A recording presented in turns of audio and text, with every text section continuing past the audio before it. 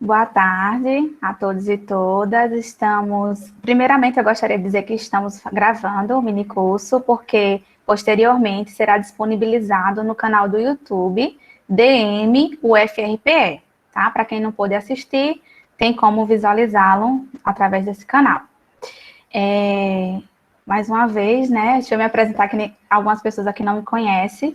Né? Meu nome é Tamires Santos Cruz, sou a atual coordenadora do curso de licenciatura em matemática e estamos dando início, não, na verdade, retornando, né?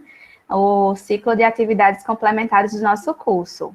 Esse ano a gente está, porque antigamente era só palestras, então esse ano a gente está com a novidade de ter, além de palestras, mini cursos e bate-papos, tá bem? Hoje nós vamos ter o mini curso intitulado Python e Aplicações Matemáticas, que será ministrado pelos estudantes do nosso curso, Silvio Cavalcante e Ângelo Antunes, sob orientação da professora Maria Ângela Caldas Didier.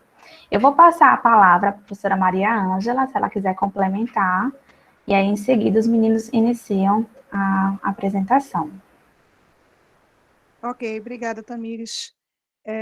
Começando agradecendo, né, por essa iniciativa de abraçar esse ciclo também de mini cursos, né, que surgiu a partir de uma solicitação, né, minha, no caso, na época, o ano passado, me incomodava bastante ver os nossos alunos, né, viajando, loucos para ofertar, fazer mini cursos, ou ofertar também o conhecimento que eles adquiriram em alguma atividade com algum professor, compartilhar através de um mini curso, que seria um mini curso, é uma atividade um pouco mais detalhada, né, do que uma palestra, e eles tinham que esperar um evento acontecer para que eles pudessem compartilhar esse conhecimento.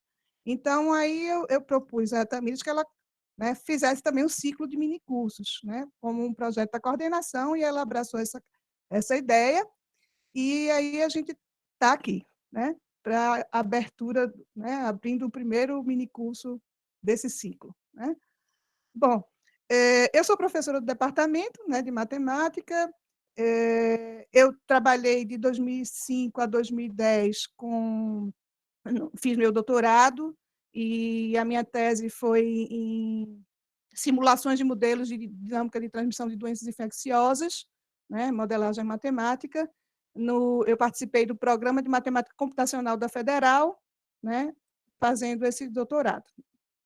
E no ano passado, assim, quando eu finalizei o meu doutorado, eu concluí em 2011, e voltei para a universidade, né, porque eu fiz na Federal, eu voltei para as atividades, né, de docência lá na Rural. Eu resolvi assumir a coordenação do curso, então fui coordenadora do curso de licenciatura em matemática, e posteriormente, em seguida, eu entrei como coordenadora do projeto do programa de iniciação, programa institucional de iniciação à docência da universidade, coordenando o pessoal da matemática.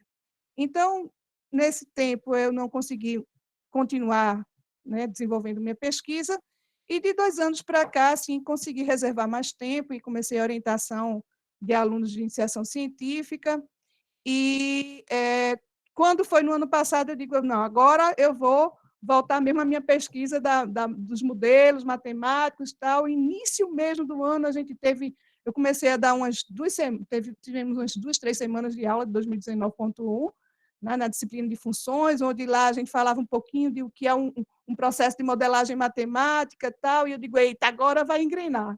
E, de repente, acontece, né, ironicamente, a pandemia. Ironicamente, porque também o pessoal começou a trabalhar e a estimar o que estava acontecendo, como é que ia evoluir a dinâmica de transmissão, usando modelos matemáticos, que fez parte do meu estudo. Então, eu terminei pegando Covid, tive que ficar um tempo, né, descansando, me tratando, e quando a gente voltou às atividades remotas, eu participei de um encontro de estudantes de matemática, onde teve uma palestra que eu me pronunciei dizendo que tinha interesse em orientar alunos, né, para o estudo da modelagem matemática, que tinha sido o tema do meu doutorado. Então, os alunos, o aluno Ângelo Antunes, que é um dos ministrantes desse minicurso, me procurou, interessado em estudar, em fazer o trabalho dele de conclusão do curso, e eu comecei a dar alguns temas e a gente definiu uma sequência de estudos para ele fazer lá a monografia dele. Claro que quando a gente está trabalhando com modelos matemáticos, a gente faz simulações e precisa de uma linguagem, né, de programação. Então, eu comentei com ele sobre o Python, ele mostrou interesse em aprender.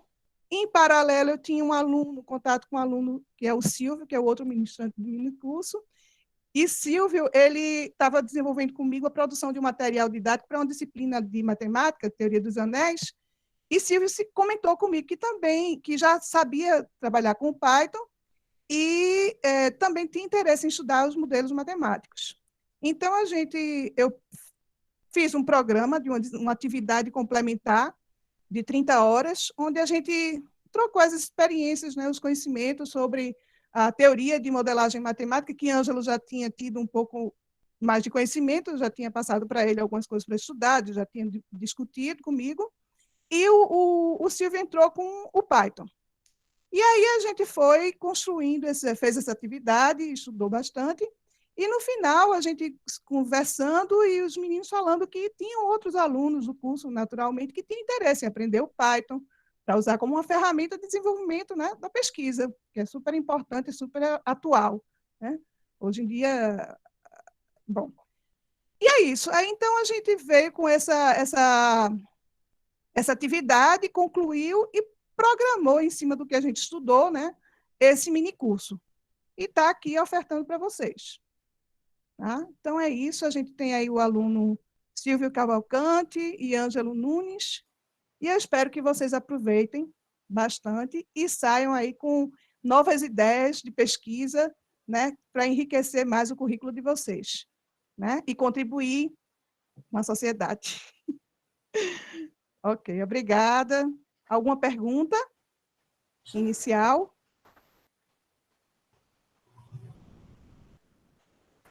Acho que não, né? Não. Podemos começar? Então, vamos lá. Ângelo vai começar falando? Isso. Ok. Bem, Pode pessoal, boa colocar tarde. os slides aí. Boa tarde a todos e todas, tá? Muito obrigado, professora Ângela, pela apresentação. Está aparecendo para vocês, né? Sim. Ok? Bem, nosso minicurso, como já foi dito pela coordenadora Tamires, é intitulado Minicurso sobre Python com aplicações matemáticas, desenvolvido por mim e pelo Silvio, sob a orientação da professora Ângela, tá?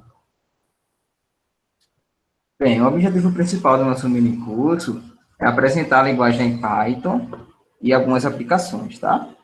Além disso, a gente pretende também divulgar a plataforma Google Colab como ambiente de execução da Python e fazer algumas simulações de modelos matemáticos, certo? Então, o que seria o Google Colab? O Google Colab é a plataforma do Google que foi criada para o estudo e desenvolvimento de ciências de dados e inteligência artificial, ok? Além disso, o Google Colab também pode ser definido como um ambiente para criação e execução de códigos em IPython, certo? Para acessar o Google Colab, a gente só precisa ter uma conta Gmail e estar com acesso à internet, tá? Uma das principais vantagens em utilizar o Google Colab é o fato de a gente não precisar baixar e nem instalar no nosso computador software, tá? E nem precisa também ter um computador muito potente para executar nossas programações, tá? Toda vez que a gente acessa o Google Colab, o Google ele conecta ao nosso computador a uma máquina virtual que reúne todas as configurações específicas para garantir uma boa programação, tá? Essa máquina virtual, geralmente, ela fornece aproximadamente 12 GB de memória RAM, ok? E 107 GB de armazenamento interno, ok? Se for de preferência do usuário, é possível também aumentar, tá? Aí, ele pode comprar mais armazenamento.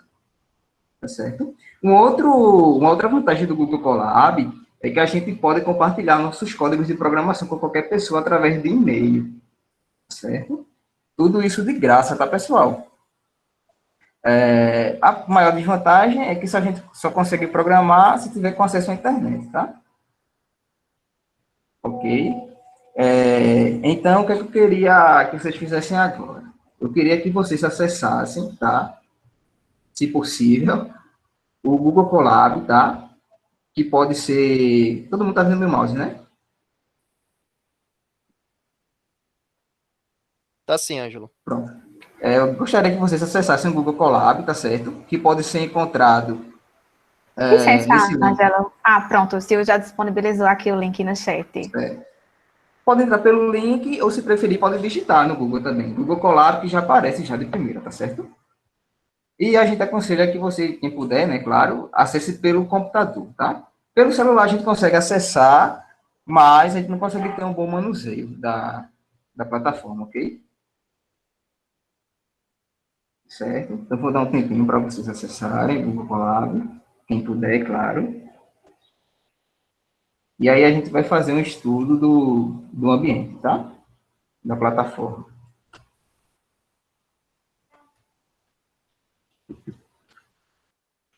Eu vou logo adiantando que, após fazer o login, tá? Vocês vão se deparar com essa caixa aqui, tá? E aí vocês aguardem um pouquinho que eu vou explicar. Certo?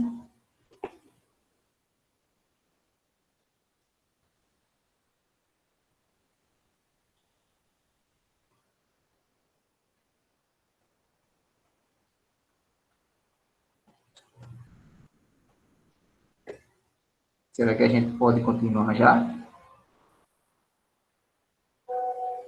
Bem, ó, Eu já para quem conseguiu... consegui. Pronto. Para quem conseguiu acessar, agora vocês vão ter que acompanhar aqui a apresentação e depois vocês voltam para a aula, tá certo? Então, vamos lá. Ó, o que seria cada um desses tópicos aqui, né? Que estão representados cada texto presente nessa caixa que vocês encontraram aí no primeiro acesso no Google Colab. Ó, o ícone 1 de um notebook é para você criar, ok, um arquivo e começar a programar, tá certo?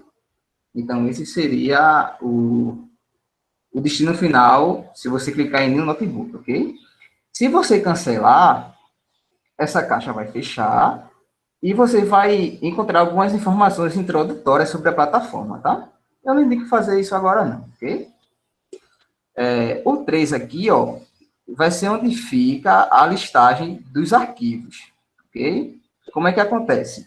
Você, a cada vez que você acessa a plataforma Google Colab e cria um novo notebook, faz uma programação, salva o arquivo, sai da plataforma. Quando você retornar na plataforma, o arquivo já vai aparecer aqui para você.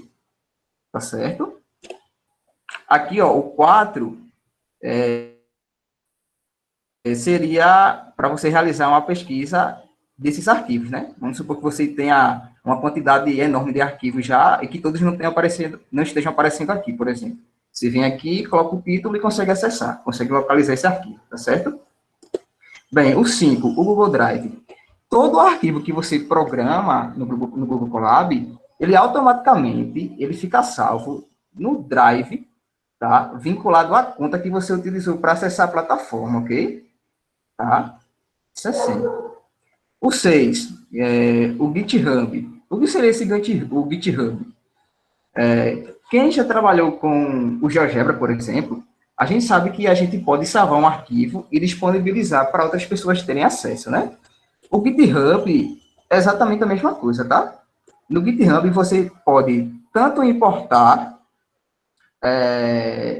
códigos de outras pessoas, tá? Desde que esses códigos estejam públicos, é claro. E você também pode disponibilizar um código que você criou para outras pessoas terem acesso, ok? O 7, vamos supor que você tenha um código no seu computador e você queira transferir esse código para a plataforma Colab. Você faz isso acessando o piloto. Ok? No 8, você teria alguns exemplos o Google Colab, além dele oferecer uma pequena introdução sobre a plataforma, ele também fornece alguns exemplos, tá? A gente também não indica muito, para um primeiro contato, dar uma verificada nesses exemplos não, tá? Geralmente não ajuda muito na compreensão, tá? Principalmente para quem está iniciando. E o 9 aqui seria o local para você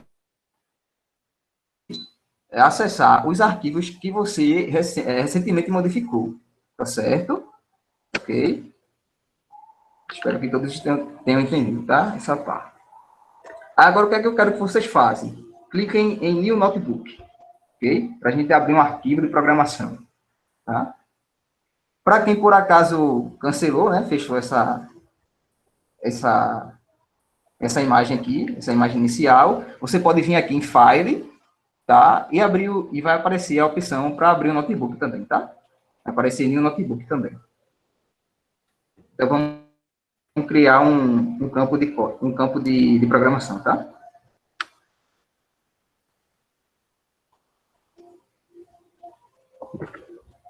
Ok. E aí, ó, após vocês clicarem em New Notebook, vocês vão se deparar com um ambiente parecido com esse aqui, tá?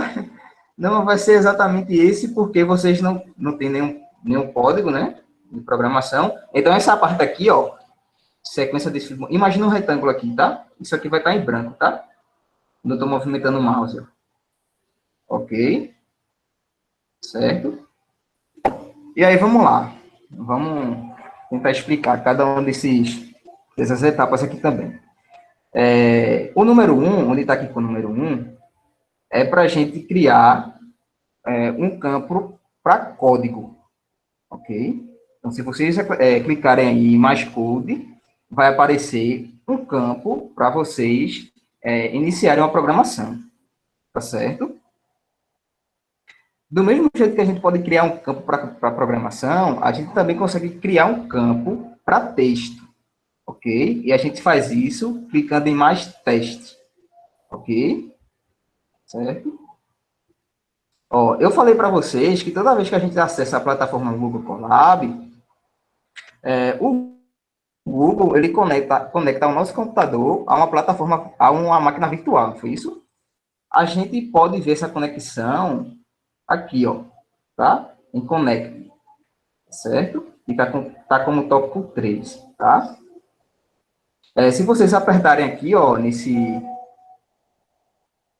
vocês estão aqui, né? Vocês estão acompanhando também, né? Na medida do possível, é claro, né? Um olho aqui e um olho na plataforma, né? Quem puder. Se vocês apertarem aqui, ó, em Connect, vocês vão ver as especificações dessa máquina virtual, tá? Isso é o que eu falei para vocês. Aproximadamente 12 GB de memória RAM e 107 GB de armazenamento, tá? O 4 seria para a gente executar o código, certo? Vamos supor que a gente conseguiu preencher o nosso campo de código com a linguagem aí Python, certo? E que a gente quer executar nosso programa. Como é que a gente faz isso? A gente aperta no play aqui, tá? A gente clica no play. E aí o nosso programa é executado. Ok? O 5 aqui seria para a gente salvar o arquivo. E esse arquivo ele fica salvo, como eu já falei, no Google Drive, vinculado à conta que a pessoa utilizou para acesso, tá? E a gente tem que ter cuidado aqui, porque quando a gente vai salvar um arquivo, a gente tem que preservá-lo do ponto para a direita, tá?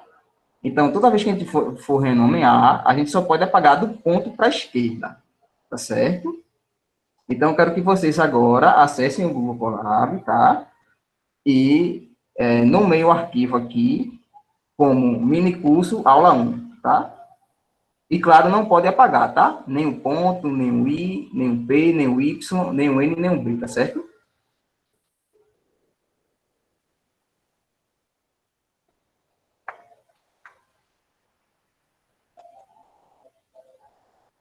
Ok.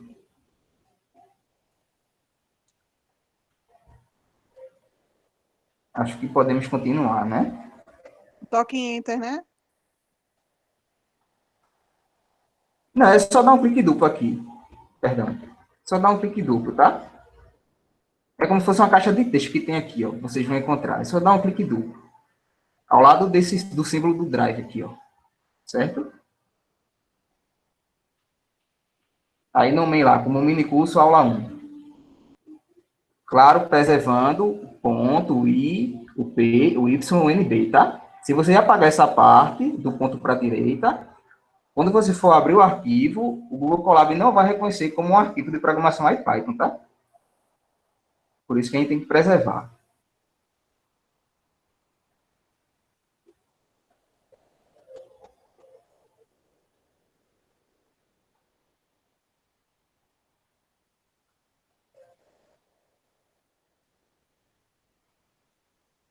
Certo? Podemos continuar?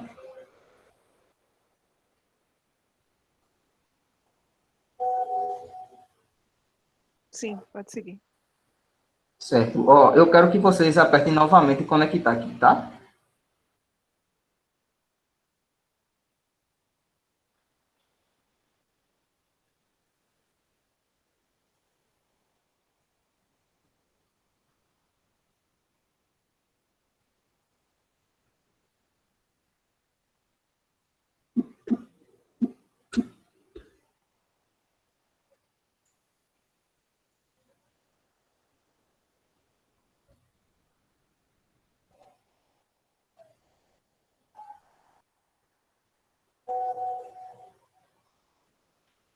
Bem, a gente pode também conectar o computador ao SageMath, tá certo? Para quem não conhece, o SageMath, ele é um software matemático voltado para programação também, tá? Ok? E esse SageMath a gente consegue executar programações em Python também, só que de forma offline, tá? Então, você também tem a opção de continuar com a conexão a essa máquina virtual do Google, ou você pode também conectar ao seu próprio computador, tá? A um software do seu próprio computador. Mas continuando, a gente viu o 1, o 2, o 3 aqui, o Connect, a gente viu o 4, né? Que é para executar. Vocês também podem executar o código aqui, tá? Em runtime, ok?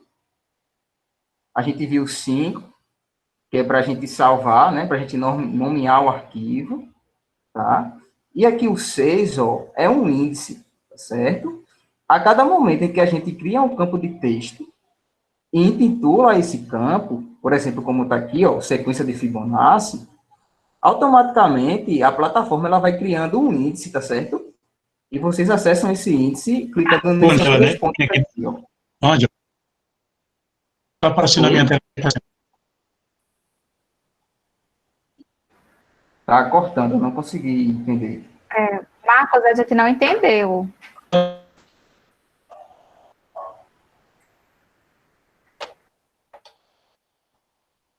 Você está apresentando agora aí, né?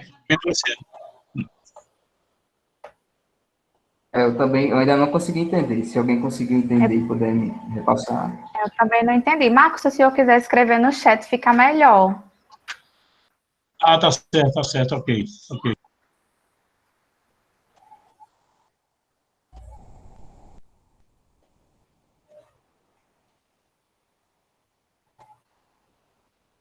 Só que mesmo assim eu estou sem acesso ao chat, tá? Então, se alguém puder repassar mesmo assim.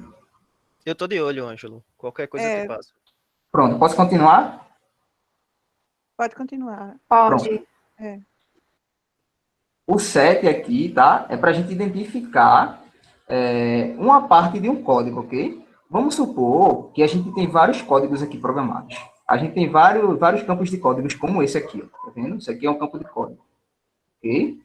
Vamos supor que a gente tem vários, tá? Então, para a gente não ter que descer a página e procurar algum código que a gente quer trocar, a gente pode vir aqui, ó, nessa lupinha, tá certo? E aqui a gente digita a parte do código que a gente quer trocar, ok? A gente digita a parte do código, do programa localizar, tá? E em seguida a gente pode substituir, tá? E aí a gente forma o que é que a gente quer substituir. E o programa troca, tá? O código. Ok? O 8 aqui seria para você importar partes de código, tá?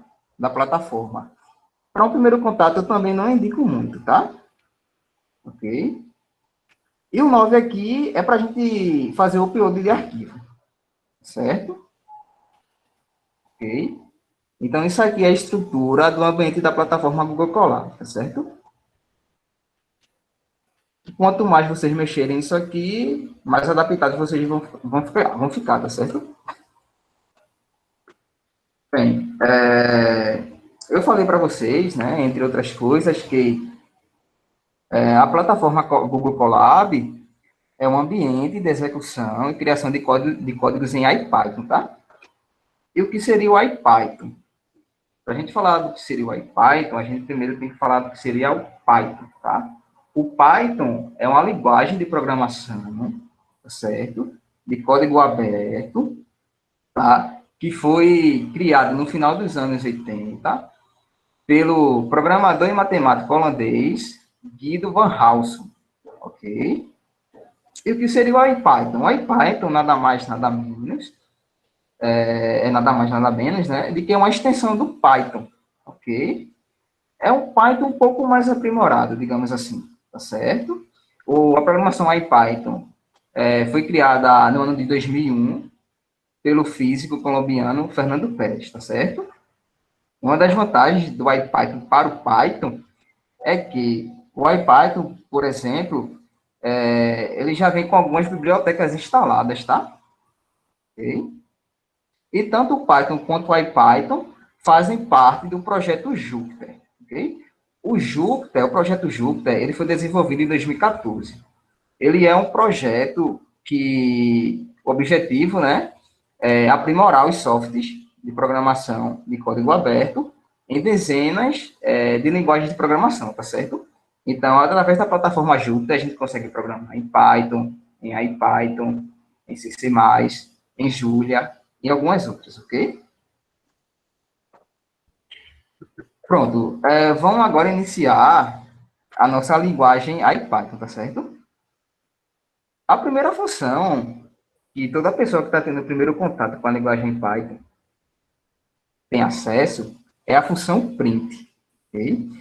A gente pode até dizer que a função print, ela é um meio de interação entre o homem e a máquina, tá? Vamos supor assim, ok? Qual é o objetivo da função print? A gente utiliza a função print para que seja escrito na tela tudo aquilo que a gente tem interesse de saber após a execução de um código. Tá certo? Esse é o objetivo da função print. E aí, como é que a gente utiliza? A gente escreve print e, entre parênteses, a gente coloca o objeto que a gente quer saber, tá? E o que seria esse objeto? Pode ser um texto, pode ser uma soma, por exemplo, ok? Certo? E esse objeto, ele sempre é transformado em texto antes de ser escrito na tela, ok? Tá? Então, essa é a função print. Vocês vão ver que ela é muito importante. Bem, como na matemática, né, nas ciências exatas, a programação também tem suas variáveis, tá? Vamos definir uma variável aqui na programação como tudo aquilo que é capaz de reter ou armazenar, tá? Um valor ou uma informação, ok? Tá certo? Geralmente a gente associa essa variável a nomes, tá? E muito importante que uma variável, ela só existe durante o tempo de execução da programação, tá? Do código de programação. Ok? Então, vamos pensar, por exemplo, na variável nome, ok? A variável nome. Então, se eu digo que nome é igual a Ângelo, por exemplo, eu estou associando a variável nome à palavra Ângelo, tá certo? Ok? Isso seria uma variável, tá? Bem, e essas variáveis, elas recebem alguns tipos de classificação.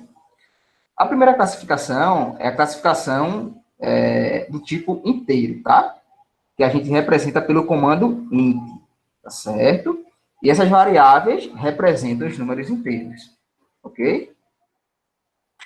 Um outro tipo de variável é a variável de ponto flutuante, tá? Que a gente representa pelo comando float, ok? E essas variáveis representam os números racionais, tá certo? Um outro tipo de variável também bastante utilizado são os textos, tá? Que a gente representa pelo comando string, ok? E aí são tipos de variáveis string, né? Textos ou caracteres, ok? Outro tipo de variável também bastante conhecida e utilizada são as variáveis booleanas, certo? A gente representa pelo comando bool, ok? E essas são as variáveis lógicas, tá? Então, só possuem valores verdadeiro ou falso, tá certo? Então, aqui, ó, aqui eu tenho um A, tá? A é uma variável do tipo inteiro, ok? Porque A é igual a 1, um número inteiro, então A é uma variável do tipo inteiro, beleza? Aqui eu tenho uma outra variável chamada B. B é igual a 3,1415. Então, é uma variável do tipo ponto flutuante, ok? Em seguida, eu tenho uma variável C, ok? E essa variável é do tipo string. É um texto, tá? E atenção, que sempre que a gente for escrever um texto, a gente tem duas opções. Ou a gente escreve entre aspas duplas, ou aspas simples, ok? Tá? E aqui a gente tem uma variável do tipo booleana, tá? Então, a variável D, a gente atribui o valor verdadeiro, tá? Então, uma variável do tipo booleana.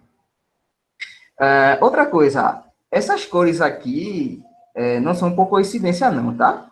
Vocês vão verem que, quando vocês tiverem a oportunidade de realizar programações no Google Colab, vocês vão ver que as variáveis do tipo int e float, que são números, né? Elas aparecem nesse tom de verde, ok? As variáveis que são do tipo texto aparecem nesse tom de vermelho, e as variáveis do tipo booleano aparecem nesse tom de azul, ok? E aqui, ó, são comentários, tá certo? Ok? Vamos supor que na linha a gente estava programando, e em alguma linha a gente quer escrever um comentário. Como é que a gente faz isso? A gente utiliza o símbolo do hashtag, e aí a gente faz o comentário.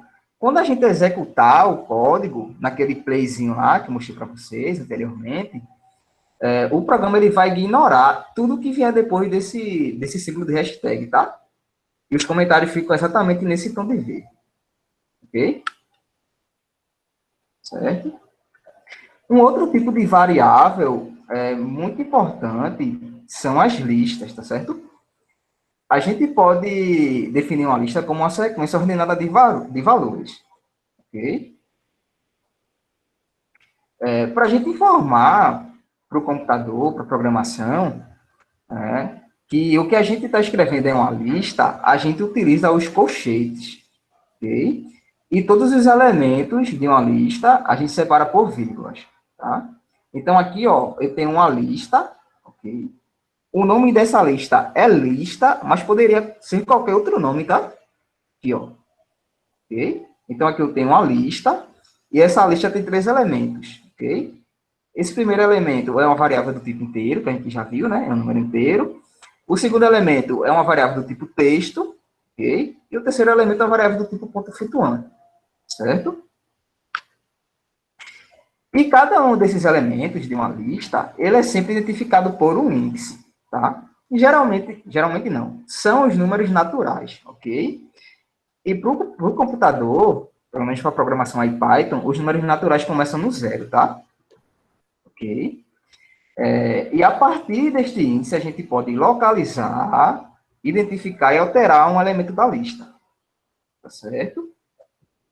E aí, como eu já falei, né? Esses índices eles começam a partir do zero, tá? Para a gente acessar, a gente utiliza o nome da lista, seguido de colchetes, tá? E X, para a gente acessar o elemento X mais 1 da lista. Beleza? Então, vamos tentar interpretar esse código aqui. Ó, eu tenho uma lista, ok? Que é a mesma, né, do slide passado, tem 3 elementos. Aí aqui, ó, eu quero acessar o elemento que é identificado pelo índice 0, tá certo? Ou seja, eu quero identificar o primeiro elemento, né? Ok? Eu utilizo o nome da lista, colchete X, para acessar o elemento X mais 1. Então, como eu estou informando aqui o índice 0, eu quero o elemento 0 mais 1, né? Que é o primeiro elemento da lista. Ok? Então, aqui eu tenho a lista. Aqui eu estou modificando o primeiro elemento da lista, tá? Eu coloquei o nome da lista, entre colchetes, o índice, que representa o primeiro elemento, E eu estou dizendo agora que o primeiro elemento vai ser 2. Ok? Nessa outra linha aqui, eu estou pedindo para que o programa escreva na tela, ok? O segundo elemento da lista. Tá vendo? Eu tenho a lista, o nome da lista, né? E o índice 1 entre colchetes. Então, eu quero que apareça na tela, que o programa escreva na tela, o segundo elemento dessa lista, tá? Que é o A. Ok? E aqui eu estou pedindo para escrever a lista completa, tá? Uma coisa, quando a gente executa um código, o programa, ele lê a nossa programação nessa ordem, tá? De cima para baixo, tá? Ok? Então, ele vai identificar essa lista aqui, depois ele vai alterar o primeiro elemento da lista, vai passar a ser 2, ao invés de ser 1. Aí depois ele vai escrever na tela o elemento de índice 1 da lista, que é o segundo elemento, ok? E depois ele vai escrever a lista completa. Só que quando ele escrever a lista completa, ele já vai estar levando em conta essa alteração que eu fiz aqui em cima, ok? Então, após executar o código, a gente obteria como retorno uma linha com A, referente a esse print aqui, ó, tá? Eu estou pedindo para escrever na tela. E na segunda linha, eu obteria a lista modificada, ok? Que é o que eu estou pedindo aqui, ó, certo? Outra coisa, quando vocês tiverem a oportunidade de mexer no Google Colab, realizar uma programação, após executar a programação, né? Quando eu falo executar a programação, é assim, a gente terminou de programar e a gente está apertando aquele playzinho lá, tá? E aí a gente vai obter um resultado do que a gente programou, tá? Quando a gente obter, quando a gente executar uma programação, tudo que vier de resposta vai vir sem esse sinal de maior que, tá? A gente só colocou esse sinal de maior que aqui para que vocês consigam diferenciar o que são a programação, as linhas de programação, e o que acontece depois de executar as linhas de programação. Tá certo? Um detalhe que a gente tem que analisar, né, Ângelo? Que a gente definiu as tipologias dos tipos as tipologias das variáveis como sendo inteiro, ponto flutuante e assim sucessivamente. Porém, quando a gente define as variáveis, como a gente viu no slide anterior, a gente não precisa dizer qual é o tipo. O próprio Python ele já entende, o que é um diferencial em relação a outras linguagens mais antigas, certo? E um outro detalhe também é que as listas elas são diferentes dos vetores que a gente tem em outras linguagens de programação. Porque os vetores eles normalmente precisam da mesma tipologia de arquivo, de dado dentro dele. Certo? Outra coisa aí menos técnica é que a impressão, quando você botou print lista 1, vai aparecer o segundo elemento da lista, né? Mas seria o A. Ele não vai aparecer com a aspa, não. Exatamente. Porque a aspa é porque ele entende o que está entre aspas como texto, né? Ou caractere. Aí você tem que colocar a aspa quando você vai definir a lista ali como elemento da lista. Mas quando você imprime esse elemento, só vai sair o A, não vai sair aspa, não. Certo? Ô, Ângelo, tu Verdade, volta um pouquinho para o slide das classificações das variáveis, porque a gente teve uma dúvida. Certo. Isso. Vê. As classificações, os tipos de variáveis, eles são esses 4 tipos em essências: inteiros, ponto flutuante, texto e booleano. A gente não precisa informar necessariamente qual é o tipo de variável, certo? Por exemplo, eu quero chamar uma variável j de 1 milhão. Essa variável j ela é do tipo inteiro. Normalmente, a gente teria que dizer, essa variável é do tipo inteiro. O próprio Python, ele reconhece, certo? Vai ficar mais claro por que essas diferenças mais na frente, quando a gente for falar dos operadores, ok? Mas, em essência, é isso. Eu estou trabalhando com inteiros e racionais para números. Racionais tem um pequeno detalhe que me fugiu agora. A quantidade de termos depois do ponto, ela é finita. Ele não trabalha com dízimas periódicas nem nada do tipo. Ele sempre arredonda para finito, certo? Os textos é para facilitar a entrega de dados e os booleanos para a gente fazer cálculos lógicos. Pronto, ok, pessoal? Vou continuar, tá? E bem observado pela professora Ângela, que só apareceria o A mesmo, tá certo? Sem as aspas, perdão. Bem, a gente viu que as listas, né, podem ser definidas como uma sequência ordenada de valores, tá? Tem uma função também que a gente pode utilizar para criar uma sequência. E essa função é a função range, ok? E aí, como é que acontece, tá? A gente utiliza a função range, aí parênteses, a gente informa 3 parâmetros. O primeiro parâmetro seria o valor inicial da sequência, ok? O segundo parâmetro seria o valor final, certo? E o terceiro parâmetro seria o incremento, ok?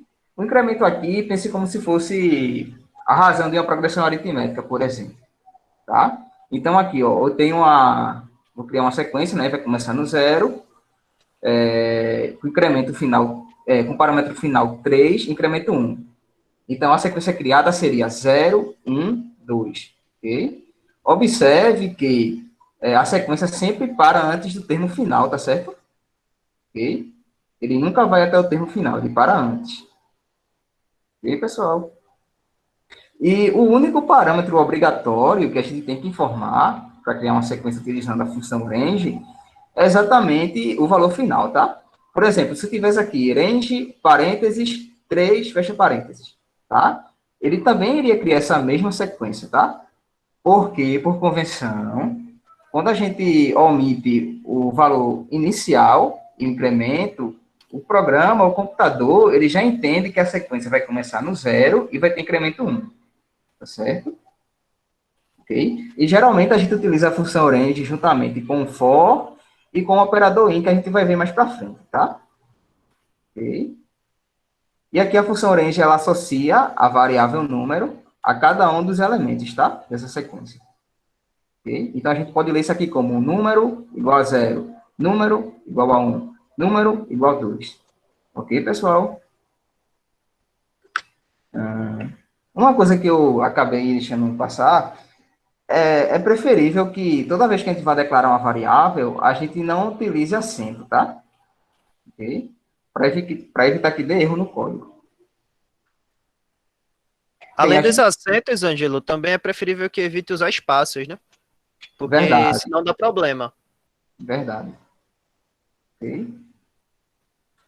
A gente também pode fazer algumas alterações na lista, tá? A função len, por exemplo, ela retorna o valor, a quantidade de elementos de uma lista, tá? Ou de qualquer um objeto. Se esse objeto ele for um texto, a função len vai retornar o número de caracteres desse texto, tá? Ou seja, vai retornar o número de letras e de espaços. Ok? Aí como é que a gente utiliza a função len? A gente escreve len e entre parênteses a gente forma o objeto que a gente quer saber o tamanho, tá? Ok? Então, aqui eu tenho novamente uma lista, tem 3 elementos, ok? Aí eu estou pedindo, ó, len, parênteses, lista. Então, é como se eu estivesse pedindo o tamanho dessa lista, tá? E eu estou utilizando a função print, porque eu quero que isso fique escrito na tela. O tamanho dessa lista, no caso. Ok? Então, se eu executasse esse código aqui, apareceria o número 3 para a gente. Certo? Bem, o operador in, okay, que a gente geralmente usa junto com o for e com a função range também, tá? É um operador que a gente utiliza para verificar se um elemento pertence ou não a um objeto, tá? Certo? Esse objeto pode ser uma lista, tá? É claro. A gente tem uma lista aqui, mesma lista, tá? E aqui eu estou perguntando, ó, o elemento 1 pertence à lista? Ok? E eu quero que... E eu estou usando aqui o comando print, a função print, porque eu quero que apareça a resposta, né? Okay? Aqui é a mesma coisa, na linha de baixo. O elemento 2 pertence à lista, ok? Função print pelo mesmo motivo, tá? Que eu falei anteriormente, tá? O operador in, ele sempre retorna como resposta verdadeiro ou falso, tá? Aqui, ó, esse verdadeiro aqui é referente a essa linha do código, tá? Porque um pertence, né, à lista. E o falso aqui é referente a essa outra linha aqui do código, tá? O elemento 2 não pertence à linha, aí ele retornou falso. Tudo bem? Agora a gente vai ver como que a gente faz para adicionar elementos a uma lista, tá? Quem faz isso é o método append, ok? Aí como é que a gente faz isso?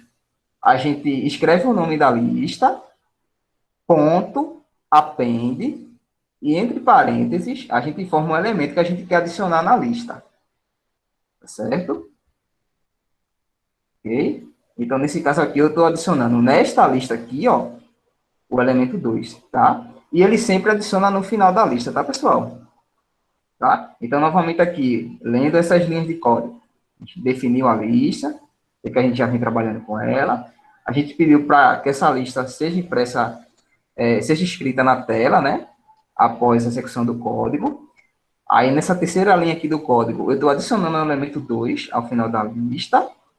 E agora eu estou pedindo para ele escrever a lista novamente na tela após a execução do código, tá? Okay? E aí, como resposta, a gente obtira essas duas respostas. A lista anterior, sem alteração, né? Referente a essa segunda linha aqui. E a lista modificada, tá vendo? Ele adicionou o elemento 2 aqui.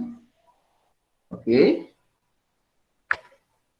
Da mesma forma que a gente pode adicionar, a gente também pode remover um elemento da lista, tá? E aí, não precisa ser o elemento final, tá? Pode ser qualquer posição. Como é que a gente faz isso? É parecido com a utilização do método append. Ó, a gente escreve o nome da lista, ok? Ponto, remove, método remove, ok? E entre parênteses, o elemento que a gente quer retirar, tá? No caso aqui, eu estou retirando o elemento 1, que é o primeiro elemento da lista, tá? Ok? Aí eu vou ser bem repetitivo aqui, tá? Na leitura dessas linhas de códigos para vocês irem se acostumando. Definir a lista, pedir para que a lista seja escrita na tela, ok? Depois eu removi o elemento 1 dessa lista, e agora eu estou pedindo para ele escrever novamente a lista após a alteração, tá? Então, se eu fosse lá e colocasse essas linhas aqui no campo de código do Colab, apertasse no playzinho para executar esses códigos, a gente retornaria como resposta essas duas linhas aqui. A lista, okay, como foi definida primeiramente, e a lista após a modificação, tá certo? Após a remoção do elemento 1. Ok? Eu não sei se vocês perceberam, mas eu falei a função len, que é o que a gente utiliza para verificar o tamanho de uma lista. Eu falei o operador in, operador, ok? Que é para a gente verificar se um elemento pertence ou não a uma lista. E eu falei método remove e append. Qual é a diferença, então, de um método, uma função e um operador? Vamos iniciar pelo operador. Vamos pensar numa operação matemática, por exemplo, tá? Para eu efetuar uma soma, por exemplo, eu tenho que ter dois números, tá? Então, o operador é aquilo em que eu preciso ter dois elementos definidos, ok? Para eu poder aplicar, ok? Já o método, eu preciso ter uma variável bem definida, tá certo? No caso aqui, eu tenho uma lista. Tenho uma lista definida aqui e eu posso utilizar o método remove. Da mesma maneira que eu utilizei o método append, ok? E a função eu preciso, geralmente, de uma variável também, tá? Para aplicar. Essas seriam uma diferença básica, ok? Entre um método, um operador e uma função. Certo? Ângelo, a gente pode ver o método como ele dependendo do tipo da variável, né? A gente pode ver assim também. Sim, exatamente. Ok? Comando type, tá? Só uma observação. Volta no slide lá. Esse remove aí, você tem que expressar entre parênteses o elemento, certo? Para Isso, quem o vai elemento. remover. Exatamente. Porém, se tiver mais de um elemento igual a 1 aí, nessa lista, ele vai tirar o primeiro que aparecer da esquerda para a direita. Ele não tira todos os uns. Porque a pessoa podia pensar que ia eliminar todos os uns. Se tivesse repetido o número 1 aí na lista, Uhum. viu? Ele só tira o primeiro. Certo, bem observado.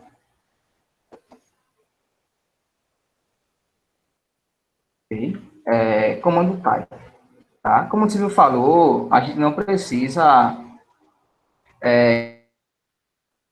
informar, tá, para o IPython qual é o tipo de variável, né? Geralmente ele consegue identificar. Mas e se em algum momento a gente não conseguir, assim, no primeiro contato, identificar o tipo de variável, ok? Como é que a gente faz para descobrir qual é o tipo de variável? A gente utiliza o comando type, tá certo? E aí, como é que a gente utiliza o comando type? A gente escreve type, tá? E entre parênteses, a gente coloca a variável que a gente quer descobrir a classificação, ok?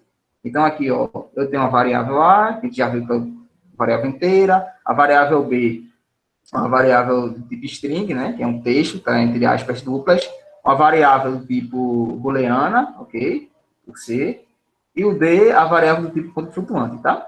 E o E é uma lista, tá? Uma lista também é um tipo de variável, ok? Então, estou perguntando aqui, ó, escreva na tela, ok, função print, ó, escreva na tela, qual é o tipo de variável, qual é a classificação da variável A? Aqui, novamente, escreva na tela qual é a classificação da variável B, e assim por diante, tá? Então, se eu executasse esse código, iria aparecer para mim, ok? Classificação da variável A, int, inteiro. A da variável B, str, de string, né? É um texto. A do C, a booleana, a variável lógica, né? Está atribuído verdade aqui. A da variável D é um tipo de ponto flutuante, ok? E o retornaria como uma lista, tá? Okay? E aí, nesse caso, o código, a resposta do código, né? Após eu executar o código, a gente iria obter essa resposta entre maior e menor que, tá? Ok? E do mesmo jeito que a gente pode identificar o tipo de uma variável, a gente também pode converter variáveis, certo? Uma observação é que o IPython, ele consegue converter variáveis do tipo inteiro para o tipo de ponto flutuante automaticamente, tá? Ok? Mas existem algumas que a gente tem que converter, tá? Por exemplo, aí como é que eu faço isso? Se eu quiser converter uma variável para inteiro, aí eu utilizo o comando int, entre parênteses, a variável, ou o objeto, ok? Para converter para ponto flutuante, aí eu utilizo o comando float, entre parênteses, a variável ou objeto, ok? E assim consecutivamente, né? Para eu converter uma variável para booleana, né? São as variáveis lógicas.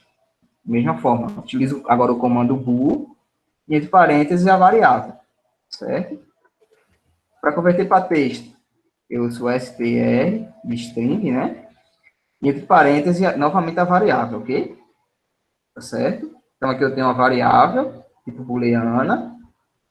Estou pedindo para escrever na tela aqui, ó, qual é o tipo de variável, né? Vai retornar é booleana, é claro, tá certo? Aqui eu estou convertendo, ó, int a. É uma variável booleana, eu estou convertendo para uma variável inteira, ok? E eu estou perguntando novamente qual o tipo de variável ela vai ser agora, tá? É esperado que retorne uma variável inteira, né? Ok? Eu converti aqui, ó, int a. Estou convertendo a de booleano para inteiro, ok? Certo? Mas se eu convertir uma variável lógica, né? Que tinha valor verdade, para uma variável inteira, então significa que ela virou um número, não é isso? E ela virou um número mesmo, tá? Essa variável, quando a gente tem uma variável e ela é atribuída a uma sentença verdadeira, por exemplo, tá?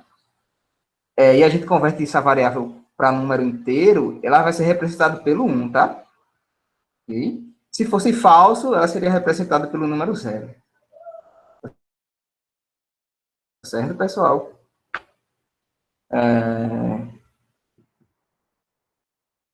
Estão conseguindo me ouvir? Acho que sim, né? Sim. Certo. A gente também tem os operadores aritméticos, né? Que a gente utiliza para fazer cálculo, certo? Adição não tem nenhum segredo, não tem nenhuma novidade. A gente utiliza o símbolo de mais, o sinal de mais, ok? E aí a gente consegue somar números inteiros e números de ponto flutuante, ok? Subtração também nenhuma novidade, a gente utiliza o sinal de menos, certo? Novamente, a gente pode fazer um cálculo com variáveis inteiras e ponto flutuante também. Multiplicação, a gente utiliza o asterístico, tá certo? Para realizar uma multiplicação. A gente consegue fazer isso também com números inteiros e números de ponto flutuante. Ok? Para fazer uma divisão, a gente utiliza a barra, ok? Inteiro e ponto flutuante, novamente. Ok? E para calcular uma potência, a gente utiliza dois asterísticos, ok? Certo? E também tem como a gente identificar o resto da divisão, certo? A gente utiliza o símbolo de porcentagem para fazer isso, certo? Só que apenas para números inteiros, ok? Certo? E não necessariamente eu tenho que declarar o número não, tá? Do jeito que está aqui não, tá? Por exemplo, se eu estou lá fazendo a programação, aí eu escrevo uma variável A e digo que ela é 1, ok? E se eu chegasse aqui e fizesse A mais A, o programa iria operar a soma, tá? Ok? Então, não necessariamente eu tenho que declarar algum aqui, eu tenho que escrever o número, ok? Aí aqui, eu estou somando os números, né? 1 mais 1. Aqui estou somando números de ponto flutuante, certo? Aqui estou subtraindo. Aqui eu estou calculando multiplicação, né? Ok? Aqui eu estou calculando potência, certo? E aqui eu estou pedindo o resto da divisão, de 3 por 2. Ok? O sinal de mais, ele também pode ser utilizado para a gente juntar textos, ok? Textos e caracteres, né? E como é que a gente faz isso? Ó, eu tenho aqui uma variável, A, é um tipo texto, né? Está entre aspas duplas. Aqui eu tenho uma variável B, também do tipo texto, tá? Isso aqui é um espaço, tá, pessoal? Aqui eu tenho uma variável C, também é um texto, tá? Então, se eu fizer, escreva na tela A mais B mais C, e executar o código, iria retornar Olá Mundo. Ok? Certo, pessoal? Bem, e a gente tem os operadores lógicos. Ok? E aí a gente pode se apropriar da lógica matemática para tentar entender, tá? O primeiro operador lógico é o AND, tá certo? Que é o I, tá? Na lógica matemática a gente chama de conjunção, ok? O segundo operador lógico é o OR, ok? Que é o OU, que a gente chama na lógica matemática de disjunção, certo? E o terceiro é o NOT, ok? Que é o não, tá?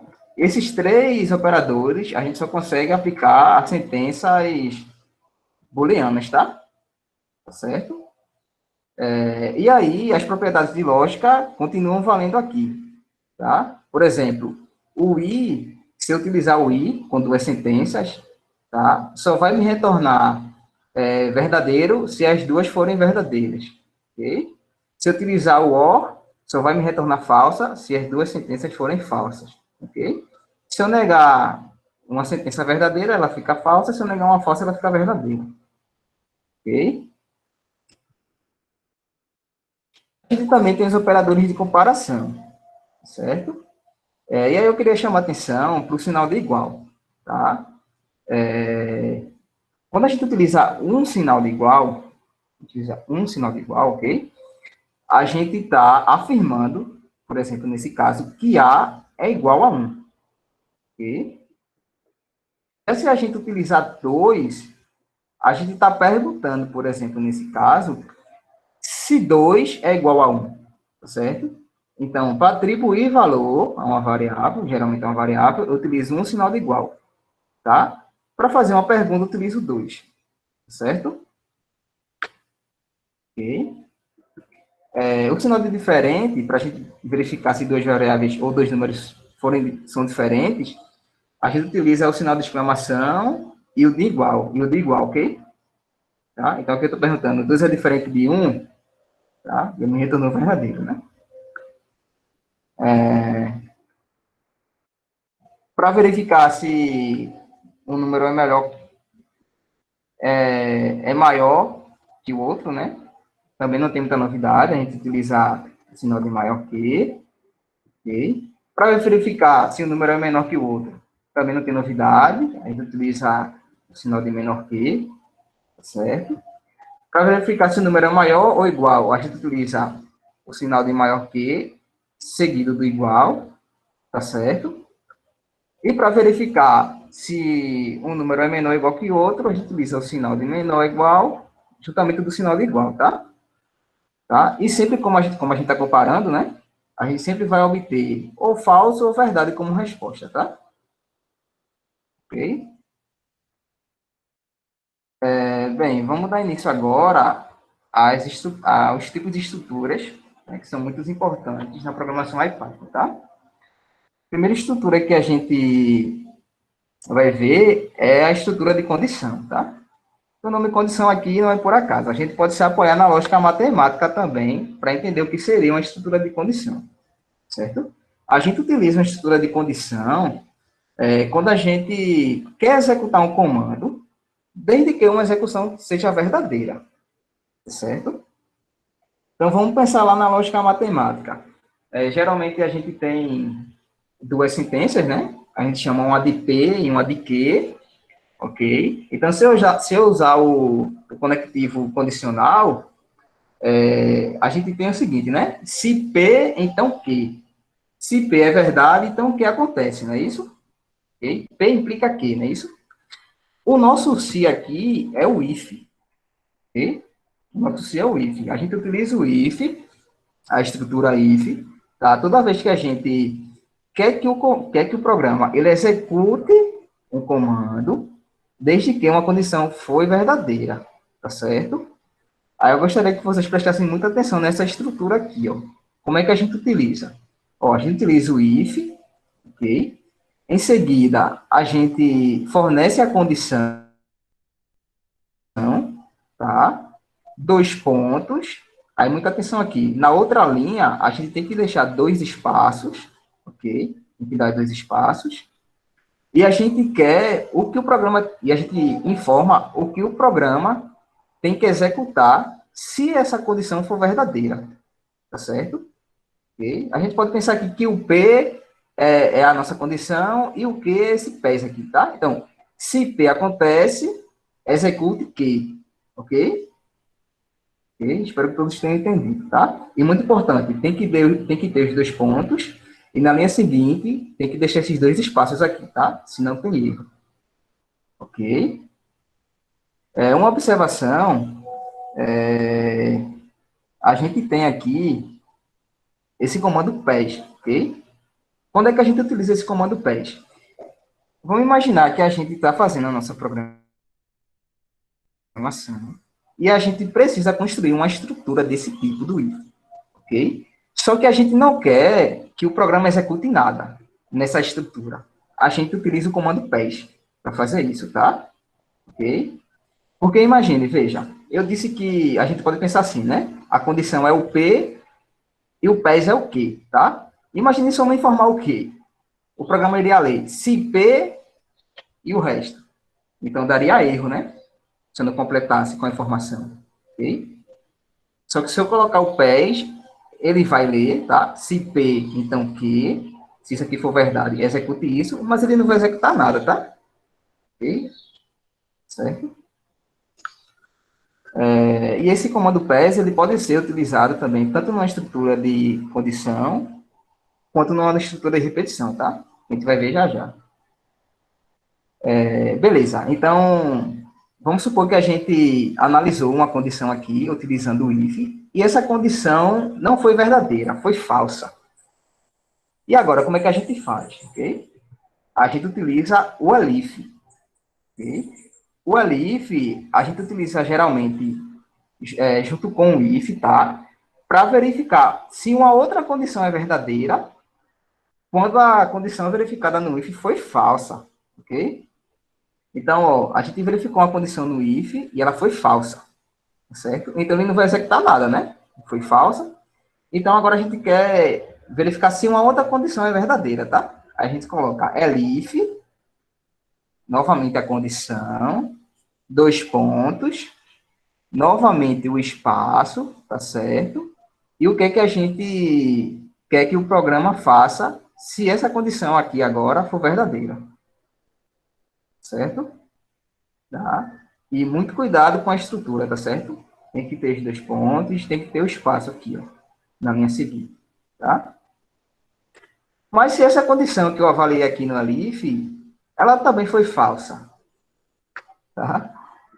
E aí, se isso acontecer, né, eu utilizo o else, ok? O else significa se não, tá? A gente também pode ler como caso contrário, ok? Então, eu avaliei uma condição no if, ela foi falsa. Eu avaliei no elif, a do elif, a condição do elif também foi falsa, tá? Então, se isso acontecer, eu quero que o comando execute isso. Eu dou uma outra informação para ele executar, tá certo? Okay? Observe que aqui, ó, no else, eu não preciso avaliar nenhuma condição, tá certo? Eu coloco else, dois pontos, aí mais uma vez, dois espaços, e o que é que eu quero que o programa faça. Ok? Certo? Vamos ver um exemplo aqui, eu acho que vai ficar mais claro, tá? Ó, eu tenho duas variáveis aqui. Duas variáveis de tipo inteiro, né? A igual a 8 e B igual a 5, tá? Então, ó, vamos construir uma estrutura de condição. Ó, se A for menor que B, aí a estrutura, né? Dois pontos, dois espaços. O que é que eu quero que aconteça? Eu quero que escreva na tela a soma de A com B. Ok? Mas se isso aqui for falso, se A não for menor que B, ó, mas se A não for menor que B, né? Qual é a outra possibilidade que resta? A ser maior que B, né? Então, mas se A for maior que B, dois pontos, dois espaços, o que é que vai acontecer? Eu quero que escreva na tela, que o programa escreva na tela A vezes B, ok? Mas se isso aqui também, se essa condição aqui também for falsa, tá? Então só resta uma possibilidade, né? Por tricotomia, só resta uma possibilidade, que é A ser igual a B, tá? Então, se isso aqui também for falso, else, né? Dois pontos, o que eu quero que aconteça? Dois espaços, escreva A elevado a B, certo? Se eu executasse esse código aqui, iria aparecer como resposta 40, tá? Porque é maior que B, certo? Então, eu ia escrever na tela a multiplicação. Ok? Espero que tenha dado para entender esse exemplo. Tá? Bem, eu falei sobre estrutura de condição, e agora eu vou falar um pouco sobre a estrutura de repetição. Tá Ângelo, certo? antes Oi. de tu continuar, volta no exemplo, por favor. Um detalhe necessário que a gente pode falar aqui é que a gente não fica limitado a usar somente um else, certo? A gente pode usar mais de um. Posso usar quantos eu quiser, desde que eu tenha uma condição para aquilo acontecer, certo? Sobre a pergunta no chat, não foi necessário porque a gente tem alguma coisa para ser executada naquelas condições, certo? A gente só usa o PES quando a gente não tem o que a gente colocar ali. Por exemplo, eu quero verificar se A é menor que B, mas eu não quero que faça nada. Então aí a gente coloca o PES, certo?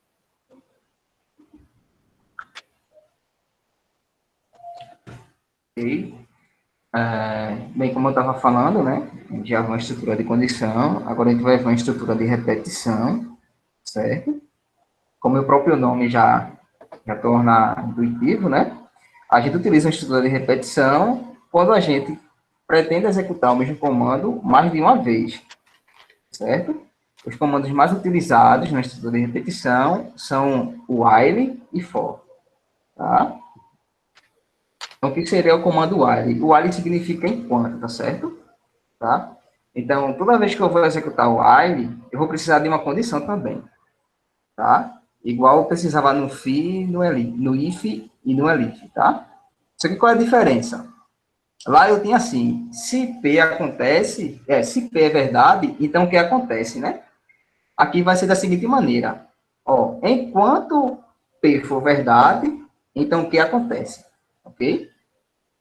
Então, enquanto uma condição for verdadeira, eu peço para o programa executar alguma coisa que eu queira, tá certo?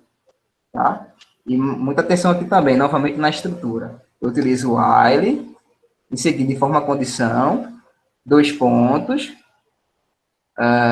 2 espaços na linha seguinte, né? E aqui eu declaro o que eu quero que ele faça, tá? Ok, pessoal? Vamos para um exemplo. Vamos calcular o fatorial de 6, certo? Ó, eu vou definir uma variável, tá? N. Estou dizendo que N é igual a 6, tá certo? Estou definindo uma outra variável, cont. Estou dizendo que cont é igual a 1, certo? Mais uma variável aqui, factorial. Estou dizendo que factorial também é igual a 1, tá? Então, vamos para a nossa estrutura de repetição. Eu quero calcular o fatorial de 6, e eu estou pensando em calcular da seguinte maneira, né? Como a multiplicação é comutativa, então eu quero calcular da seguinte maneira. 1 vezes 2 vezes 3 vezes 4 vezes 5 vezes 6, ok? Beleza?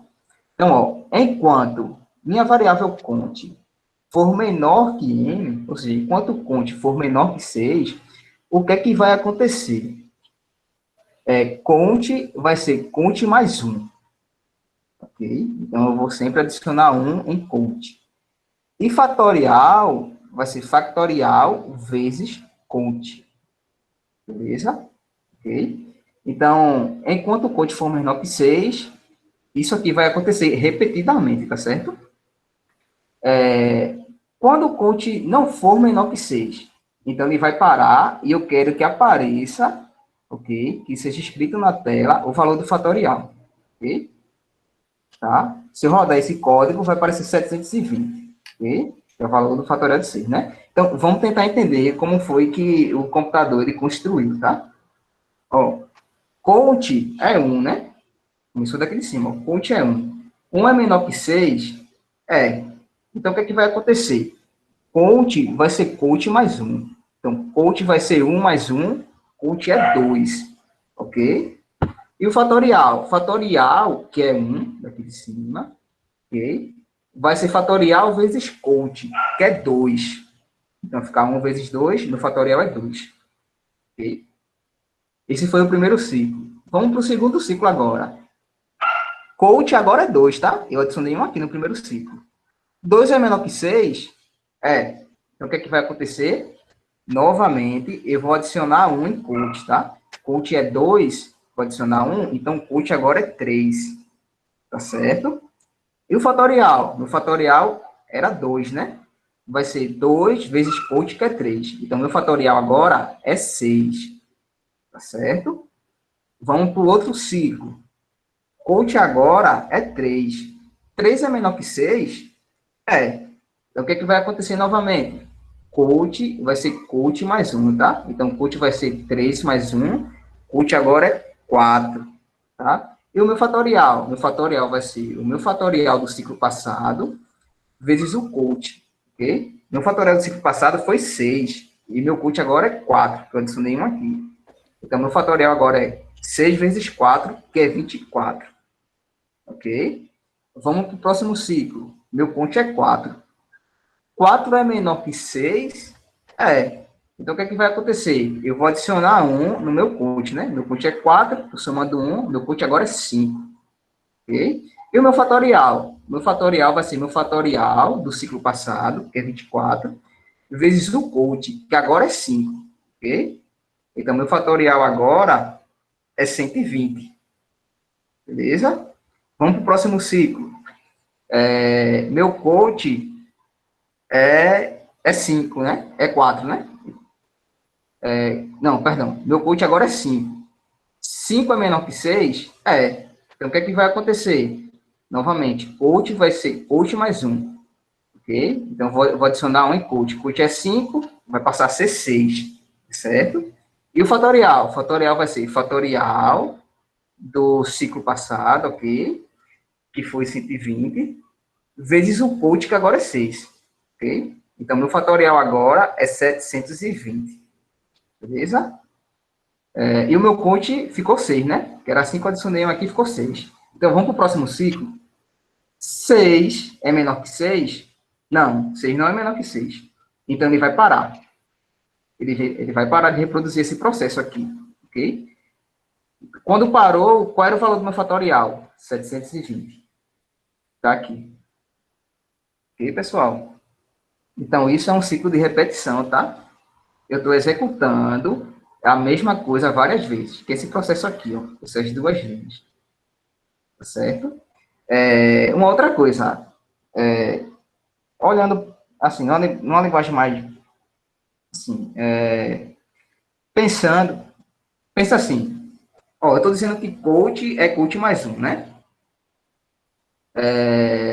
Quando eu tenho uma estrutura desse tipo, por exemplo, estou dizendo que X é X mais um, né? A gente chama na programação de acumulador, tá? Okay? Aqui também é o acumulador, tá? Estou dizendo que X é igual a X vezes Y, por exemplo. Certo? Bem, agora eu vou passar a palavra para a Silvia, ele vai falar um pouco sobre o comando for para vocês, tá? Certo, pessoal. Só falando um detalhezinho. Eita, Ângelo parou. Não, continue aqui. Pode falar. Pronto.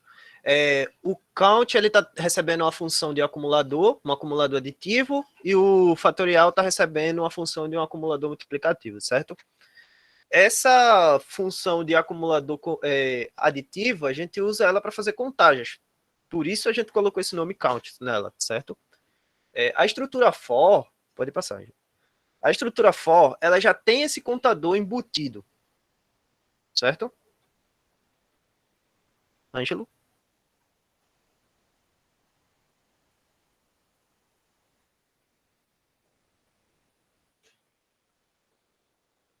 Acho que ele caiu.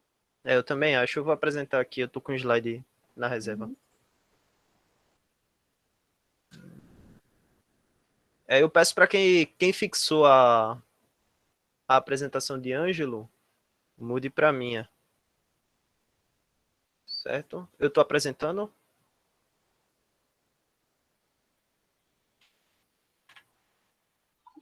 Não. Não? Ok. Eu não tô conseguindo apresentar por causa de Ângelo.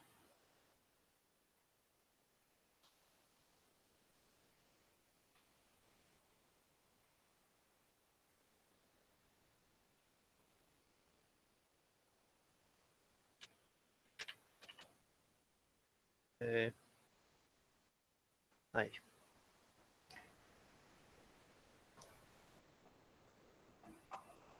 Tenta agora, Silvio.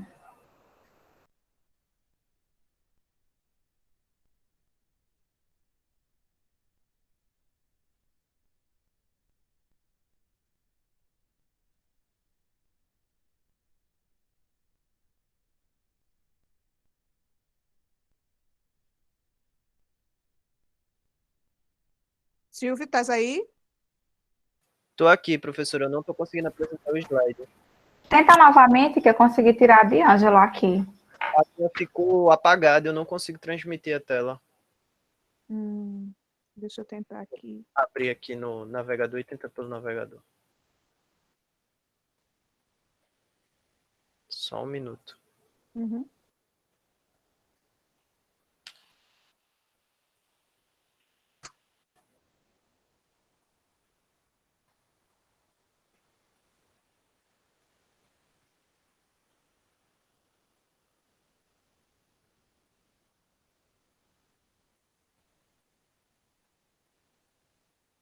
Eu não tô conseguindo. Eu estou tentando aqui também, peraí.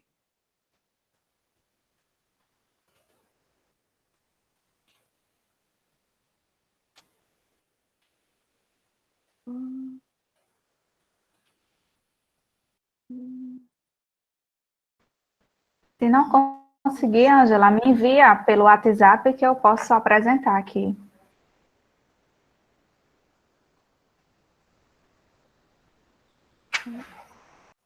Aí, agora eu consegui.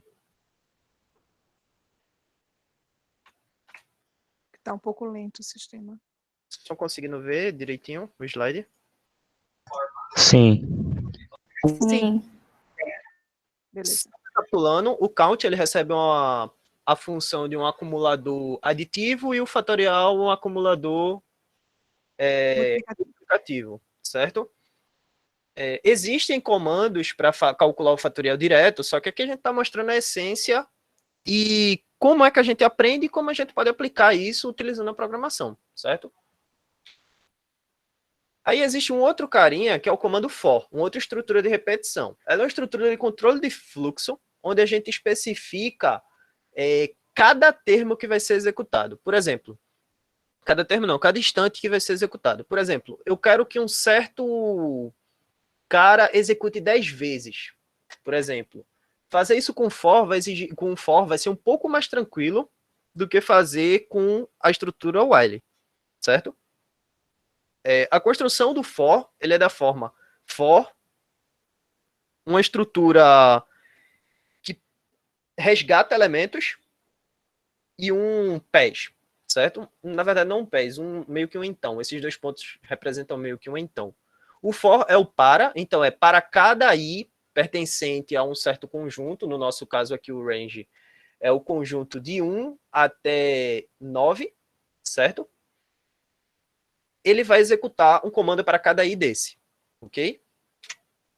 E o nosso exemplo, novamente, do fatorial, eu quero calcular aqui o fatorial de 6, utilizando agora a estrutura for. Então, o que é que eu tenho? Eu tenho uma variável auxiliar, que ela vai ser responsável por salvar o valor do fatorial, por guardar o valor do fatorial. A gente vai iniciar a estrutura for, definindo uma variável que vai ser a variável que vai receber os valores, é tipo i das nossas demonstrações do para todo i, certo? E a gente vai definir uma lista de valores para esse i. No nosso caso aqui é de 1 até n mais 1, incrementando 1. No caso seria de 1 até 6, certo? Porque lembra que o range ele pega até antes do termo máximo. Então, se eu colocasse aqui n, ele pegaria de 1 até 5. Só que isso não serve para a gente, porque eu quero de 1 até 6. Então, o código ele começa a executar no primeiro ciclo, ele pega 1, multiplica por 1, e assim sucessivamente até o último termo, que seria o 6, isso resultando no fatorial, certo? Uma observação importante é que Ângelo acabou se confundindo, ele falou que aqui eram 2 espaços, não são 4, certo? Mas uma forma mais simples de nunca errar esse espaço é, quando for colocar essa hierarquização, utilizar a tecla Tab. Okay? Só um minutinho. O teste foi feito aqui com 2 espaços e ele compreende, sim? Compreendeu? Foi. Então tem essa adaptação. Eu sei que no Python base, normalmente se usa o tab, que corresponde a 4 espaços. 4 espaços, Certo? Operador in e estrutura for. Como eu disse, a gente precisa dizer quem são os elementos para o for. O in ele vai servir para isso. Então, para cada elemento da lista, a gente pode traduzir dessa forma, a gente vai dar um print nesse elemento. Então, a gente vai escrever na tela o elemento, certo? O operador in também pode ser utilizado para acessar elementos de uma lista. Nesse caso, ele não está sendo um operador. Aqui a gente colocou como operador, mas nesse caso ele não está servindo como um operador. Ele está servindo como um atribuidor. Então, ele atribui cada elemento da lista, a cada ciclo, a variável i, certo? O operador in não fornece o índice do elemento acessado. Isso é muito importante. Porque, por exemplo, se na minha lista eu tenho uma lista imensa, certo? Não sei o tamanho dela, mas eu tenho, por exemplo, 10 uns. Como é que eu vou diferenciar um do outro? Certo? O operador in ele não faz essa diferenciação, ele não ajuda a fazer essa diferenciação. Ok? Aí, para isso, a gente utiliza o comando enumerate. O comando enumerate, ele pega uma lista e ela cria uma lista de pares, onde esses pares têm como a primeira entrada o índice e a segunda entrada o elemento, certo? Então, ele faz essa associação para facilitar caso você queira retornar índices. Isso a gente vai usar mais na frente quando a gente for tratar das simulações que a gente fez, certo?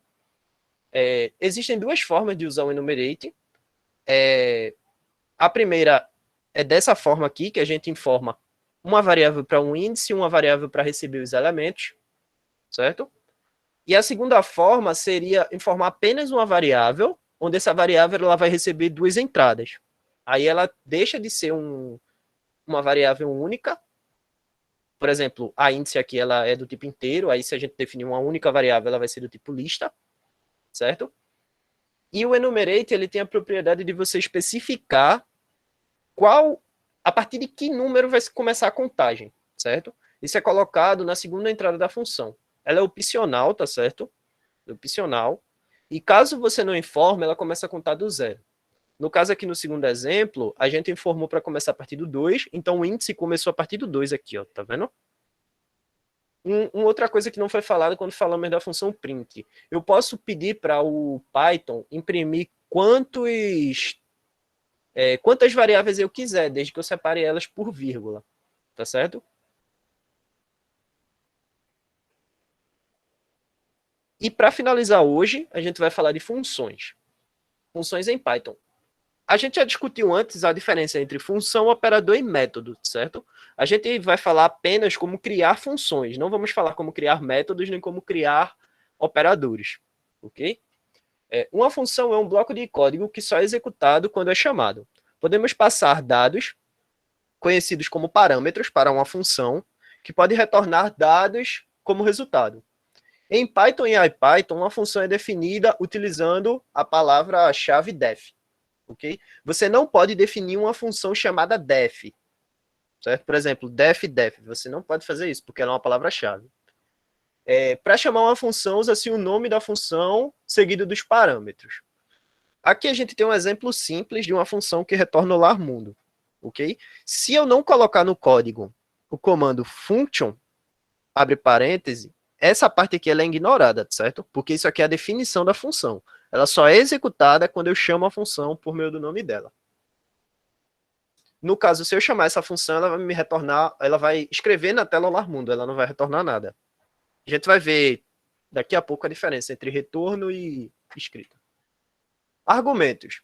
Os argumentos são o que a gente chamou anteriormente de parâmetros. Argumentos são informações passadas à função. Os argumentos são especificados após o nome da função e entre parênteses, e pode ser adicionados quantos argumentos quiser, apenas separados por vírgula.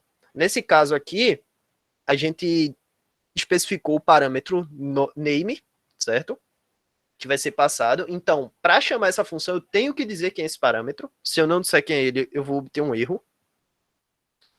E quando eu chamo a função, a gente tem um print, olá, o nome. Ok? Então, no caso aqui, eu estou fazendo a função para o nome João. Uma observação, a gente não especificou o tipo da variável, certo? Então, se eu quiser passar número aqui, ele recebe igual. Porém, a print, ela faz a conversão direto para texto, então não vou ter problema. E o retorno para uma função é exatamente o que está dizendo a palavra. Ela retorna alguma coisa. Por exemplo, aqui eu estou definindo a função f de x como sendo igual a 2x. Então, se eu quiser calcular o f de 2, é só eu colocar f de 2, que ele vai me retornar 2 vezes 2, que vai ser 4. Certo? Essas funções, elas não necessariamente precisam retornar, elas não retornam apenas números. Eu posso fazer funções que retornem textos, que retornem valores booleanos, que retornem vários tipos de dados. A gente vai ver mais na frente que a gente não só tem aqueles 4 tipos, dependendo do que a gente está trabalhando, pode ter outros tipos de dados, certo? E essas funções, elas são importantes quando a gente for ver como construir gráficos utilizando Python, como resolver equações diferenciais utilizando Python. Mais na frente a gente vai precisar muito de funções, certo? E aqui a gente tem um exemplo de como a gente construir uma função para calcular o fatorial de um número, que é o mesmo exemplo de antes. Eu pego todo aquele código e eu generalizo ele. Antes eu estava dizendo que n era o valor que eu queria calcular. Agora eu estou dizendo que o valor é o valor que eu quero calcular. Então eu tenho que passar o valor como um parâmetro, certo? Para o meu fatorial. E o resultado, ele é calculado da mesma forma que a gente viu pelo método do for, certo? E ele vai me retornar o fatorial desse número. Então, aqui eu tenho um exemplo, print fatorial 6. Então, ele está retornando 6. Ele está retornando 720. Isso aqui é meio do o que está por trás das funções que a gente tem. Por exemplo, eu quero calcular a raiz de um número, certo? Ele é feito por meio de uma aproximação que provavelmente vai ter sido utilizado alguma estrutura de repetição ou alguma técnica matemática de aproximação para calcular. certo? E foi isso que a gente preparou para hoje, certo? Batemos o horário, né? Massa. Ficou ótimo. Isso. Angela quer falar alguma coisa ou a gente já pode Não, fazer os agradecimentos? Só reforçando que o objetivo aqui é dar o básico e direcionar da linguagem Python, que vira IPython, porque a gente está usando algumas bibliotecas, né? E aí, reforçando que a gente está direcionando os comandos, os operadores, tudo para chegar e poder simular alguns modelozinhos matemáticos no final. Tá? Então, a gente direcionou para o que a gente vai usar, de fato, para essas aplicações. Tá? Isso. Obrigado pela participação. E só dando um panorama, professora, do que vai vir ainda pela frente, no encontro de amanhã a gente vai discutir algumas bibliotecas e algumas aplicações básicas ainda. A aplicação de hoje da gente for fatorial, amanhã a gente vai ter alguma diferente. E no último dia a gente pretende já simular alguns modelos, como os modelos que a gente fez, que são os epidemiológicos e coisas do tipo. Isso aí. Tem uma pergunta no chat. Modelos aplicados em biomatemática? Você está perguntando se existem, né? Sim, existe até cursos, né, em outras universidades, biomatemática, na USP, eu acho que eles ofertam esse curso. A Alice está perguntando se tem alguma referência. Sobre a linguagem Python, a referência mais clássica que a gente tem é o site W3 School, certo? Que ele é coordenado pela comunidade, e lá a gente tem todas as referências, mas o melhor local para se encontrar referências são nos sites das organizações responsáveis por essas linguagens. Okay? O próprio Python tem um site para isso, que é o python.org, e lá tem toda a documentação. Isso aí. Também lembrando que a ideia de trabalhar com a interface do Google Colaboratory, né, Colab, foi uma sugestão de meu filho, que está fazendo lá computação na Federal, e está trabalhando também nessa área. E aí ele sugeriu, a gente estava com algumas opções, e a gente achou mais adequada usar a plataforma Google Colab. Quanto às referências dos modelos matemáticos, a gente tem um livro que a gente utiliza falando sobre modelagem matemática, do Bassanese, e a gente também vai falar de algumas técnicas que utilizou o livro de cálculo do Ruggiero. Eu acho que no final do minicurso a gente coloca a bibliografia no material. Tem pessoas perguntando também se vão ser disponibilizados slides. Sem problema. Sim, vamos disponibilizar. Pronto, então, essa lista com os e-mails dos participantes será enviada para a professora Ângela, e aí ela encaminha os slides para vocês. Tem mais uma pergunta. Tem como colocar essas funções em um compilador e depois chamá-las em outro compilador, para deixar o programa menor? A gente pode dividir em arquivos, tá certo? A gente vai ver mais na frente que o IPython tem essa vantagem de poder dividir em pedaços o mesmo arquivo. A gente tem um arquivo só com uma programação grande, mas que está dividida sempre em bloquinhos. A gente consegue deixar ela modular. Também tem gente perguntando aqui, e referências de matemática ou cálculo com Python, seria possível? Eu pulei essa pergunta. A gente não trabalhou com nenhuma referência desse tipo, mas a gente pode procurar, certo? Normalmente a gente usou as referências da própria organização. Site, da site. Python.org. Certo, eu acho que não temos mais perguntas. O pessoal está parabenizando. Eu queria só reforçar que está disponível aqui no chat o link, né, do formulário de frequência. Então, para ter o registro da presença, todo mundo tem que preencher o formulário, não esqueçam. E agradecer, né, aos ministrantes, Ângelo, Silvia, a professora Maria Ângela, pela orientação, dizer que o minicurso já começou muito bem. Tanto o Ângelo como o Silvio são muito didáticos, deu para entender tudo direitinho, são bem pacientes, e eu espero que a gente goste de todos os dias do minicurso. E mais uma vez reforçando que esse vídeo vai ser disponibilizado todos os dias do minicurso, né? vão ser disponibilizados no canal DM UFRPE no YouTube, tá bom? Tentaremos disponibilizar em cada dia do minicurso. Então, mais uma vez, obrigada também a todos que participaram e aguardamos todos vocês amanhã, no mesmo horário.